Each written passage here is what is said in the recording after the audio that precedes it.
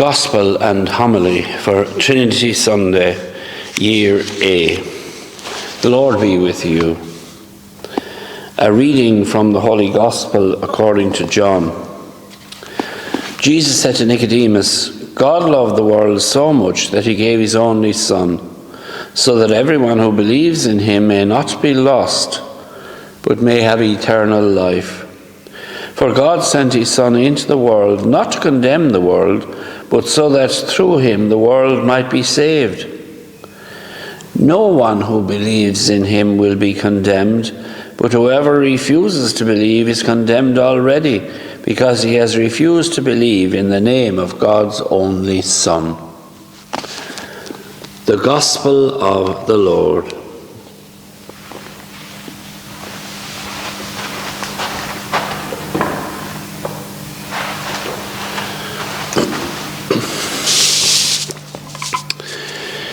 The teacher was talking to her junior class about God and how hard it was to know about God.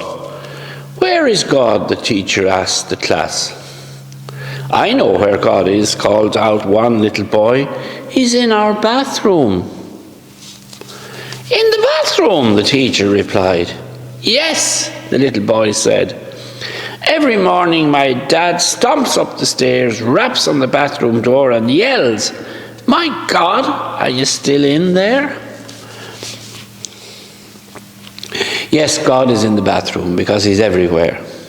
And our happiness as human beings lies in acknowledging his existence and living as he taught. Now, going back to the Old Testament, the Bible tells us that at the foot of Mount Sinai, the Israelites fashioned a golden calf, called it God, and then worshipped it, while Moses was receiving the 10 Commandments from the true God at the top of the mountain. Now, the first of these commandments we all know is, I am the Lord your God, you shall not have strange gods before me. So, in obedience to the Lord, Moses smashed the golden calf at the foot of the mountain to smithereens. Are there any golden calves in our society which we need to smash? Life and death issues come to mind immediately. During the war, when the overpacked train loads of ill-fated people arrived at Auschwitz, it was decided who would live and die.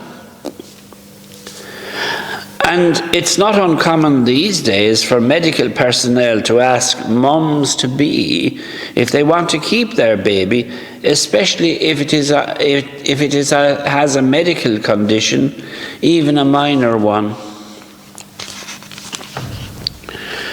Now, often people put the blame on God or religion for fueling all the wars.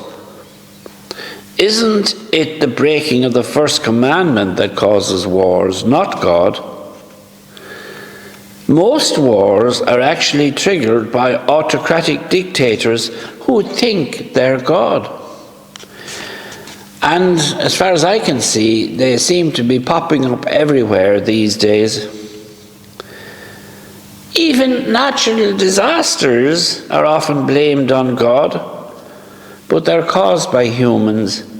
Soil erosion, for instance, caused by deforestation, often results in fatal landslides. The first commandment demands that we be stewards of God's creation, not abusers.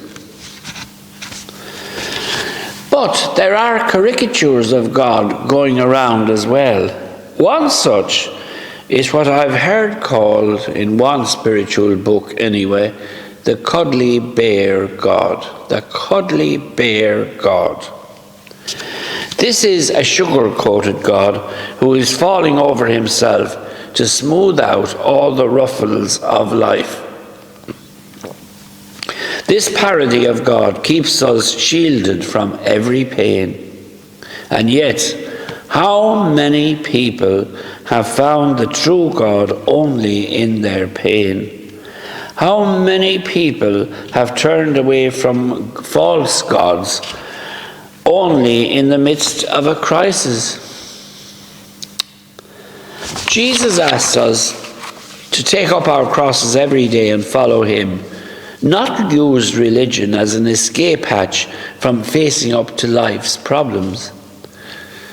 That is us not carrying our cross.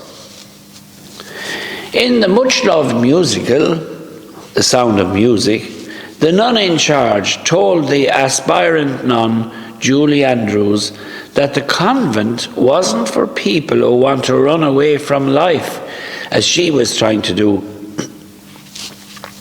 Karl Marx saw the religion of his day as the opium of the people.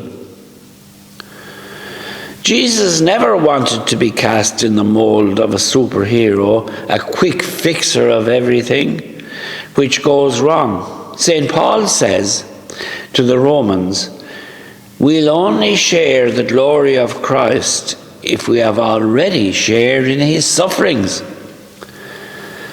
Sounds like the cuddly bear God needs to be given his P45. So I think it's best to let God be God, and us humans to recognize our creaturely dependence on him by acknowledging his existence and living as he taught. Thank you all for listening, and God bless you all.